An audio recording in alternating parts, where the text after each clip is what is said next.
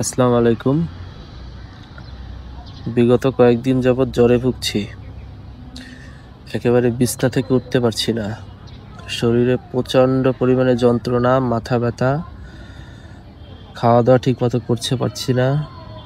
খুব খারাপ অবস্থা। বলে বুঝাতে পারবো না যে এত খারাপ অবস্থা। আজকে অনেকদিন পর একটু বেরোতে মন চাচ্ছিল। সারাদিন তো বাসায় থাকি, রুমের ভিতরে কতক্ষণ ভালো লাগে। তাই একটু সাহস করে ছাদে আসতে চাচ্ছিলাম। ছাদে আসছি, কিন্তু আসতে অনেক কষ্ট হয়েছে।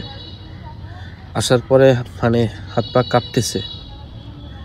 এতটা অবস্থা খারাপ, এতটা শরীর দুর্বল, আপনাদেরকে বোঝাতে পারবো না এই জ্বর কতটা খারাপ। শুধু আমি না, সবারই এরকম, আশেপাশের মানুষের ম্যাক্সিমাম মানুষেরই এরকম জ্বর হচ্ছে। সবাই একটু সাবধানে থাকার চেষ্টা করবেন। আলহামদুলিল্লাহ, ছাদে আসার পরে এখন আবহাওয়াটা দেখে মনটা আসলে অনেক ভালো হয়ে গেছে। আপনারাও একটু আবহাওয়াটা দেখেন। সবার উদ্দেশ্যে আমি একটা কথাই বলতে চাই, ভাই আপনারা কেউ সাহস করে ভিজতে যাবেন না। এই বৃষ্টিতে ভিজলে জ্বর হওয়ার সম্ভাবনা 99%।